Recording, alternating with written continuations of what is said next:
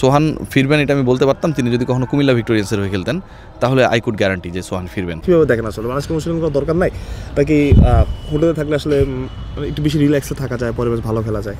এখানে কারো কোনো রেসপন্সিবিলিটি নেই। দেখেন অনুশীলন করে কী হবে, এখানে কোনো পারফরমেন্সেরই প্রয়োজন পড়ে না। ধরেন আপনার একজন ক্রিকেটার জাকের আলী অনেক, তাকে কেন খেলানো হয়, কেন বাদ দেওয়া হয়, আবার কার কারণে আসলে তিনি দলে ঢুকেছেন, তার তো কোনো কিছুর প্রয়োজন পড়ে না। আপনি তাকে খেলিয়ে দিচ্ছেন, তাওহিদ হৃদয় অনুশীলন করবেন কেন? তার তো কোনো বিকল্প নেই। মিডল অর্ডার আপনি আমাকে দেখান যে proper middle order batter Towhid Hridoy ছাড়া কেউ আছে, পারফরমেন্স করুক না করুক তিনি থাকবেন। সো এরকম দল সিলেকশন যখন হয় তখন এখানটায় আমার কাছে মনে হয় যে বাংলাদেশ দলের ক্রিকেটার তারা ফিল করতে পারে না যে আসলে তাদের অনুশীলনের দরকার আছে। আরেকটা হচ্ছে যে জয়ের তাড়না। আপনি চিন্তা করেন যে বাংলাদেশ দল হেরেছে সেই দলের বিপক্ষে যেই দলটা নেপালের কাছে হেরে এসেছে।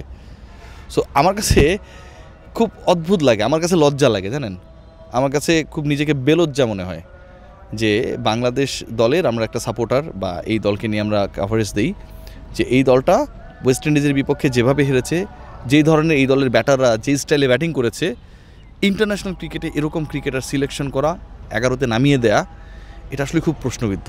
নিজের কাছে আমি আসলে লজ্জিত হই as a fan of Bangladesh cricket. আগামীকালের ম্যাচে কী পরিবর্তন আসবে, কী মনে হয়? এটা বলা খুব মুশকিল, বুঝছেন, মানে এইখানটা তো ওয়ান ম্যান শো। রজনীকান্ত একজন আছেন, উনি তার মতো করে যা মনে করেন সেটাই করেন, ঠিক আছে, তার বাইরে কেউ কোনো কিছু করবে না। বাংলাদেশ দল এখন চলছে, ইন্ডিয়া একটা মুভি হয়েছিল ডার্টি পিকচার, সেখানটায় বিদ্যা বালান এবং নাসিরুদ্দিন শাহ।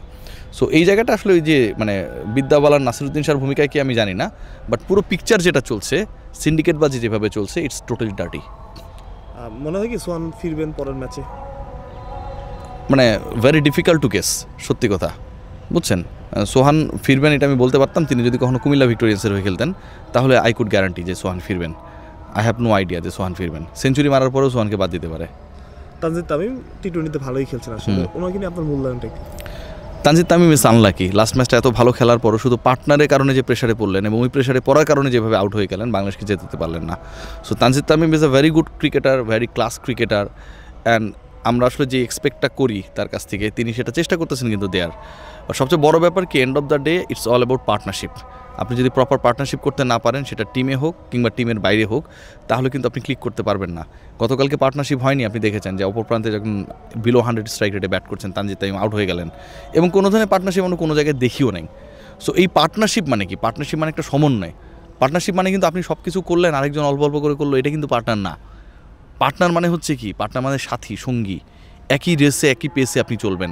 সো তানজিদ তামিম কেন, বাংলাদেশের আসলে এই মুহূর্তে কোনো পার্টনারশিপই আমি দেখি না।